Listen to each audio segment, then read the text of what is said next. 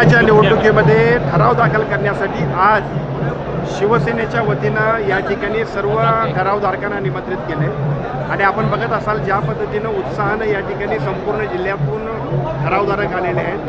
व्यासपीठावरचे सर्व प्रमुख नेते असतील किंवा सर्व ठरावधारक असतील, या सगळ्यांच्या माध्यमातून गोकुळच्या निवडणुकीमध्ये शिवसेनेच्या वतीने एक मजबूत संघटन करून आम्ही सगळेजण या निवडणुकीला सामोरं जाऊ.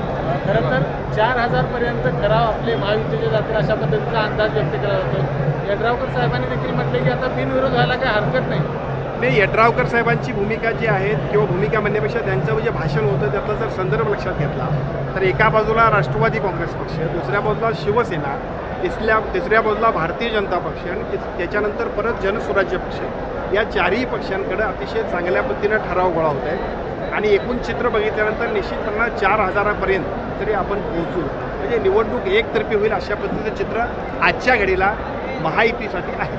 एकूण सगळं जे छोटे छोटे गट आपल्याला मिळत आहेत, सरोडकर गट, नरके गट वगैरे, त्या संबंधी आणि किती माहिती भक्कम होणार नाही. आजच्या घडीला आपण जर बघितलं असेल तर शिवसेनेच्या बरोबरीनं राष्ट्रवादी असेल, भारतीय जनता पक्ष असेल, जनसुराज्य असेल, यांच्याकडेच संघटन मजबूत आहे. ते इतक्या चांगल्या पद्धतीने मजबूत आहे की त्यामुळे निश्चितपणाने ही निवडणूक अतिशय चांगल्या पद्धतीने आम्ही जिंकू शकतो. आणि या सगळ्या परिस्थितीमध्ये बाकीचे सगळे प्रमुखसुद्धा काही सहकारी आपल्याकडे येतात.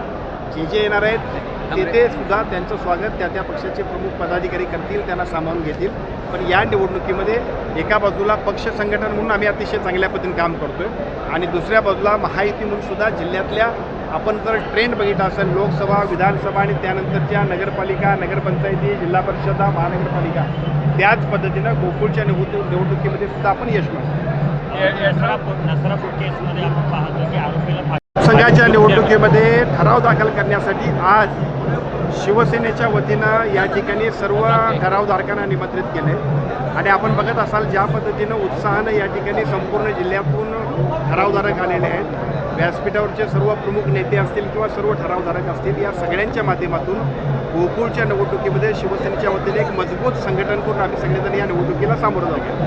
खरं तर 4,000 पर्यंत ठराव आपले महायुतीचे जातील अशा पद्धतीचा अंदाज व्यक्त केला जातो. यड्रावकर साहेबांनी देखील म्हटले की आता बिनविरोध व्हायला काही हरकत नाही. यड्रावकर साहेबांची भूमिका जी आहे किंवा भूमिका म्हणण्यापेक्षा त्यांचं जे भाषण होतं त्याचा जर संदर्भ लक्षात घेतला तर एका बाजूला राष्ट्रवादी काँग्रेस पक्ष, दुसऱ्या बाजूला शिवसेना, तिसऱ्या बाजूला भारतीय जनता पक्ष आणि त्याच्यानंतर परत जनसुराज्य पक्ष, या चारही पक्षांकडे अतिशय चांगल्या पद्धतीनं ठराव गोळा होत आहे आणि एकूण चित्र बघितल्यानंतर निश्चितपणे 4,000पर्यंत तरी आपण पोहोचू. म्हणजे निवडणूक एकतर्फी होईल अशा पद्धतीचं चित्र आजच्या घडीला महायुतीसाठी आहे.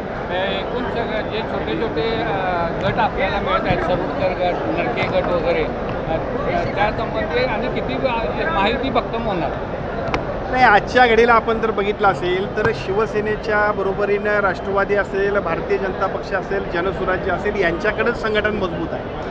ते इतक्या चांगल्या पद्धतीने मजबूत आहे की त्यामुळे निश्चितपणाने ही निवडणूक अतिशय चांगल्या पद्धतीने आम्ही जिंकू शकतो. आणि या सगळ्या परिस्थितीमध्ये बाकीचे सगळे प्रमुखसुद्धा काही सहकारी आपल्याकडे येतात. जे येणार आहेत ते सुद्धा त्यांचं स्वागत त्या पक्षाचे प्रमुख पदाधिकारी करतील, त्यांना सामावून घेतील.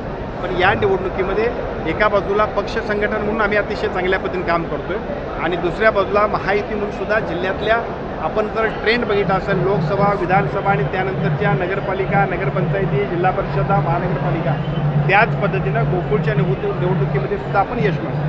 नसरापूर केसमध्ये आपण पाहतो की आरोपीला